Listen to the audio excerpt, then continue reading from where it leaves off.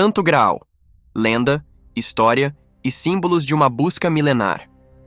O Santo Graal existe? Por muitos séculos, imaginou-se que essa relíquia do cristianismo fosse apenas uma lenda e que, efetivamente, nunca teria existido. Porém, nem sempre as lendas são histórias de fantasia, e aquilo que imaginamos irreal pode, porventura, fazer parte de uma história concreta. Sabemos que uma lenda é um recurso utilizado na cultura humana para falar de verdades sutis e profundas, e que isso a torna, de forma prática, uma ficção com fins pedagógicos. O mito, em um aspecto mais profundo, cumpre função semelhante, mas suas ideias avançam para o campo do metafísico e tentam encontrar respostas ainda mais profundas para o ser humano. Em ambas, a narrativa pode ser muito imaginativa, beirando quase a irracionalidade.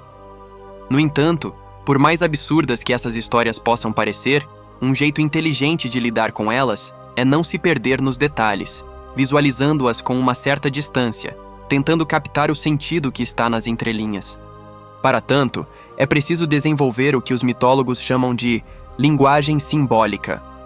Sim, pois tanto lendas como mitos não desenvolvem uma narrativa lógica, mas acrescentam em suas histórias elementos que permeiam a nossa vida interior, que não são fáceis de serem explicados de forma prática. Vamos pegar o amor como exemplo. Enquanto sentimento, não há nada material que explique o amor.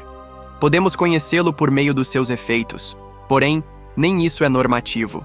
Assim, para expressarmos esse nobre sentimento que possuímos por alguém, usamos símbolos. Compramos caixas de chocolate ou flores, ou escrevemos poemas, para que esses gestos sejam traduzidos como o que, de fato, não pode ser tocado ou explicado. Considerando esse aspecto, lendas e mitos trabalham com esse mesmo intuito. Assim, mesmo que nunca achemos o Santo Graal, é possível viver as ideias e símbolos que permeiam essa lenda. Vamos conhecê-lo? Em busca do Santo Graal. Durante a Alta Idade Média, por volta do século XI, surge uma história na Europa de que um dos seguidores de Jesus, o José de Arimateia, aparou o sangue do Cristo com a taça utilizada na última ceia, no momento em que foi atingido por uma lança na altura do coração. Em seguida, teria fugido com a taça, levando-a até a Europa, e se escondido em algum lugar seguro. Isso deu ensejo a uma busca por esse tesouro chamado Santo Graal, que significaria nas versões antigas a palavra sangreal, ou sangue real. Mas essa era apenas uma versão da lenda. Entre as muitas outras versões, havia uma que dizia ter sido o Santo Graal uma pedra esmeralda, que teria caído da testa de Lúcifer quando ele foi expulso do céu. Havia outra que dizia que o Santo Graal não era nem o cálice, nem a pedra, mas uma pessoa, a Maria Madalena. Foi com base nessa última versão que o escritor Dan Brown se baseou para escrever o livro O Código da Vinci. As diferentes versões dessa lenda afastam a possibilidade de que esse objeto, ou pessoa, tenha realmente existido.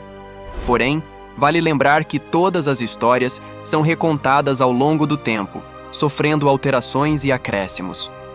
Um exemplo clássico disso são as histórias dos irmãos Grimm, que compilaram lendas e fábulas germânicas durante o século XVIII. Essas histórias já faziam parte da tradição germânica desde o século XI e, após o trabalho de compilação, grande parte foi modificada para um formato infantil. Assim, o que hoje conhecemos como a história da Chapeuzinho Vermelho e João e Maria, por exemplo, na verdade, são lendas milenares dos povos daquela região. Por isso que não devemos nos apegar tanto aos detalhes, mas na mensagem principal que essas lendas tentam nos transmitir. Suas ideias e símbolos serão atemporais e tais modificações, desde que não retirem o sentido original de sua criação, sempre poderão ser resgatados. Visto isso, vamos entender o que os especialistas têm a nos dizer sobre o Santo Graal. Os pesquisadores dessa lenda dizem que, muito antes de Cristo, já havia uma lenda parecida entre os celtas que buscavam um recipiente mágico que tinha poderes de trazer à vida os corpos que eram jogados dentro dele. Logo, o Santo Graal medieval teria sido uma cristianização do mito celta.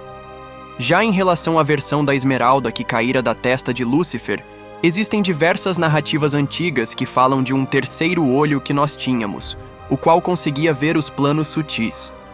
Mas, ao longo da evolução humana, esse olho teria se internalizado no corpo do homem e hoje seria a glândula pineal. No hinduísmo, por exemplo, as representações do deus Shiva, conhecido como o deus da destruição, o mostram com um terceiro olho que representa uma visão superior, capaz de enxergar para além do mundo objetivo. Nesse sentido, é possível que a função do cristal na testa de Lúcifer tenha um sentido similar. Entretanto, não queremos comparar esses dois personagens. Na verdade, nosso intuito é apenas mostrar como é possível que esse mesmo símbolo esteja presente em religiões diferentes. Dito isso, historicamente o Santo Graal aparece pela primeira vez no século XI no romance Percival e a Busca pelo Graal, do escritor medieval Chrétien de Troyes. Esse mesmo autor é responsável por diversos romances de cavalaria, principalmente as narrativas do Rei Arthur e os Cavaleiros da Távola Redonda. De acordo com a história de Troyes, o Santo Graal seria um objeto místico e poderoso, porém, ele não o descreve. É nesse ponto que surgem as indagações sobre o que Graal poderia ser. Afinal, a famosa representação da taça não surge nessa história, mas sim em um acréscimo posterior. Ainda sobre a literatura, apenas um século depois é que Robert de Boron, outro autor medieval, irá descrever com detalhes o Santo Graal e colocá-lo como uma taça, um cálice sagrado usado por Jesus na última ceia. Até hoje essa seja, talvez, a representação mais consistente do Santo Graal e a história mais conhecida dessa lenda.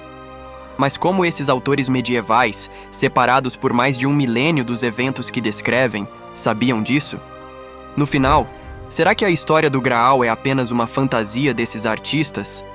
A resposta é não.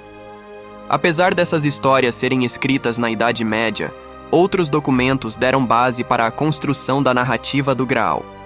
O principal deles é a Vulgata, um conjunto de histórias e fábulas da antiguidade que foram reunidas no dialeto mais comum do latim, a Vulgata, daí o nome do livro ser este. Essa coletânea de textos amplia um pouco mais nossa visão sobre o Graal, colocando-o em algumas histórias desse ciclo de textos. Assim, podemos perceber que a lenda desse item sagrado não é tão recente quanto podemos imaginar, mas existiu durante séculos no imaginário dos povos europeus.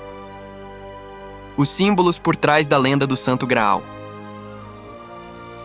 Todo esse emaranhado de mitos e lendas não estão na cultura humana por acaso. Olhando de forma panorâmica, guardando uma certa distância dos detalhes, percebemos que a lenda fala da busca por algo muito precioso que está perdido.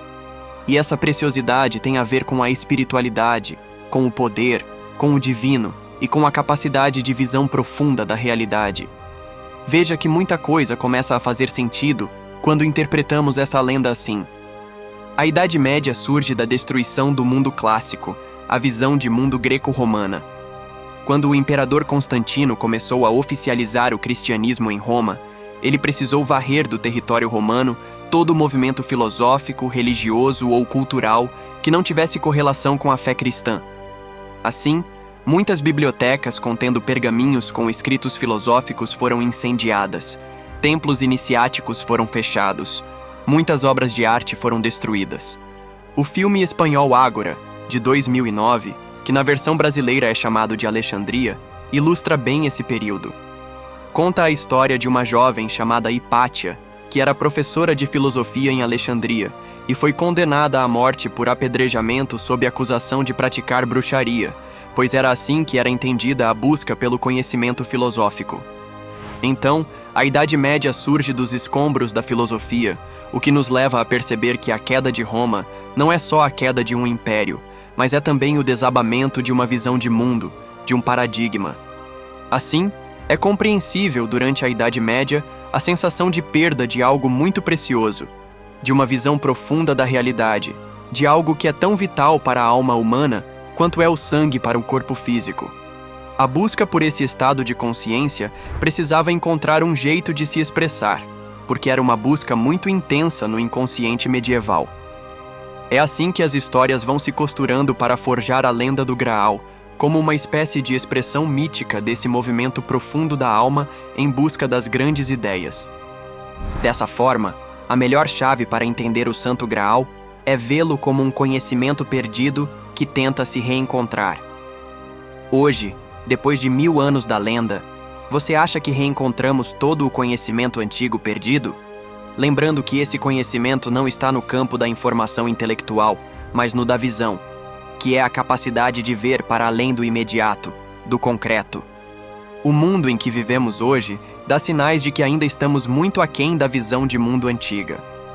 Imagine a profundidade dos mitos gregos, o quanto aquelas narrativas são tão cheias de sínteses avançadas da psique humana. Imagine os textos antigos de Platão, de Aristóteles e dos estoicos, como Sêneca, Epíteto e Marco Aurélio. Veja como estamos distantes desses paradigmas. Vivemos em um mundo de corrupção generalizada, crises migratórias, crises climáticas, muitas guerras e em uma recessão econômica global. Avançamos muito em tecnologia, mas não entendemos de alma, nem do futuro, nem de espiritualidade e eternidade, como entendiam os antigos. Este é o nosso Santo Graal, a busca por uma visão de mundo que se perdeu.